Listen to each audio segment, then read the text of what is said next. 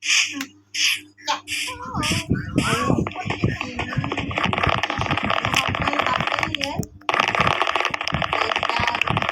nào đang lên này thoát ra đi chặt hà phi mẹ to nè mẹ hồi nâu cắn xem một tên này chả tha thôi cô bài đôi tầng đấy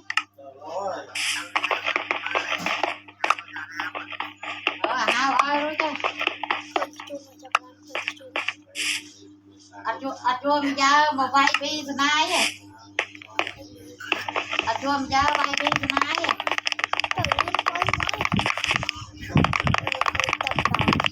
đây chân của anh rồi thằng hà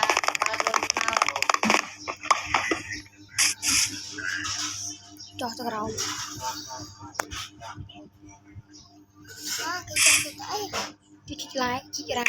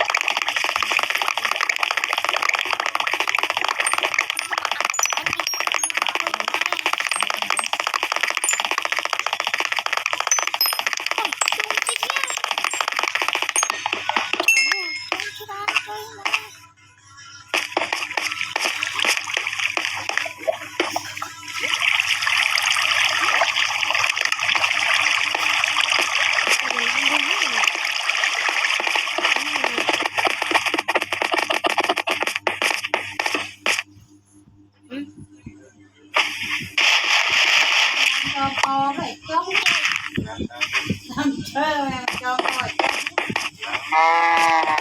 nha cho khỏi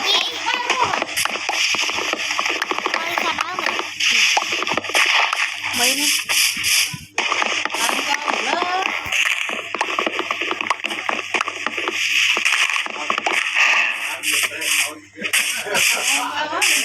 Giật bé từ cái nghe giật nó cô đau quá.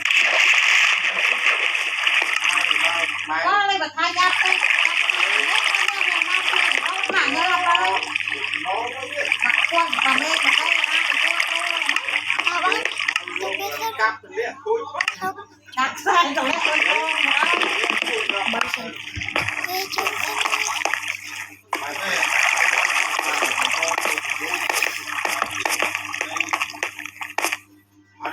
em nghe lại tư cho nó ấy bạn bấy ấy tới không bạn bấy ấy lấy lúc mà nói thế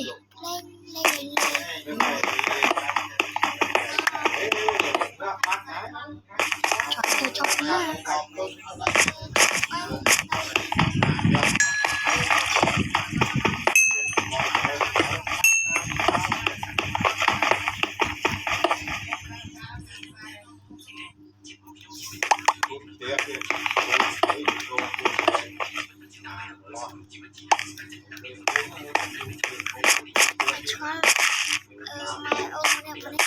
mà ra tao lấy chật chật thì sắp màu ta ngon lắm cho ba anh thích ở đây anh mình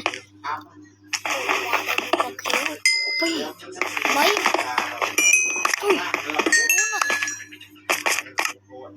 cháu nha vừa trôi được đâu không á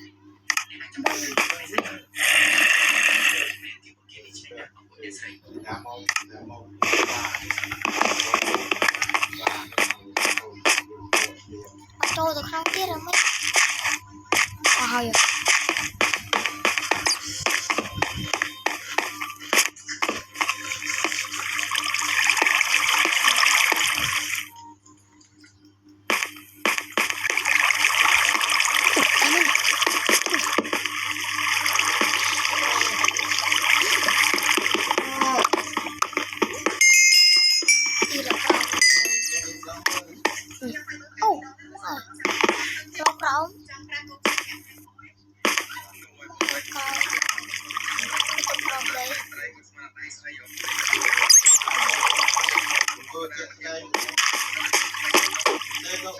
tôi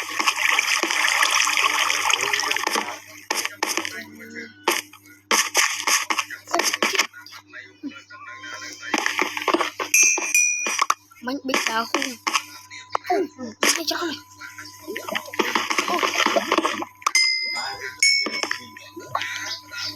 Đúng rồi.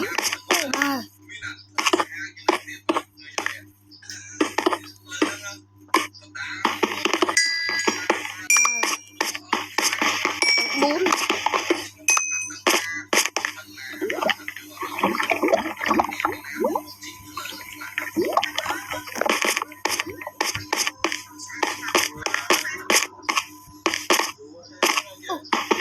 Mai. Thầy đâu?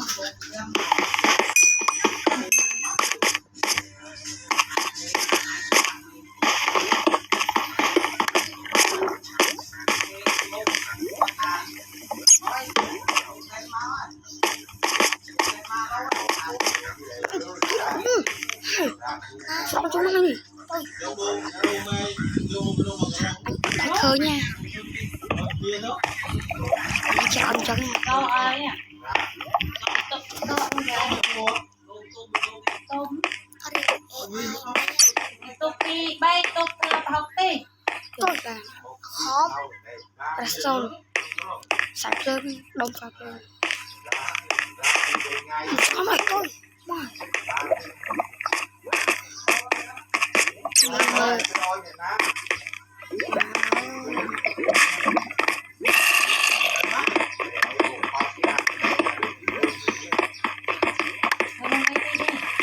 Bạn đi xong bít.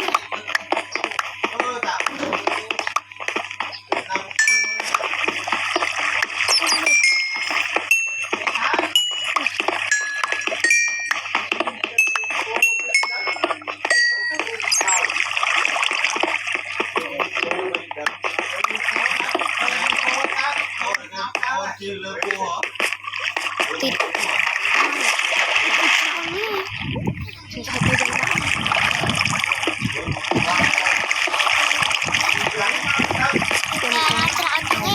Mình tapi big shot sama ini micron.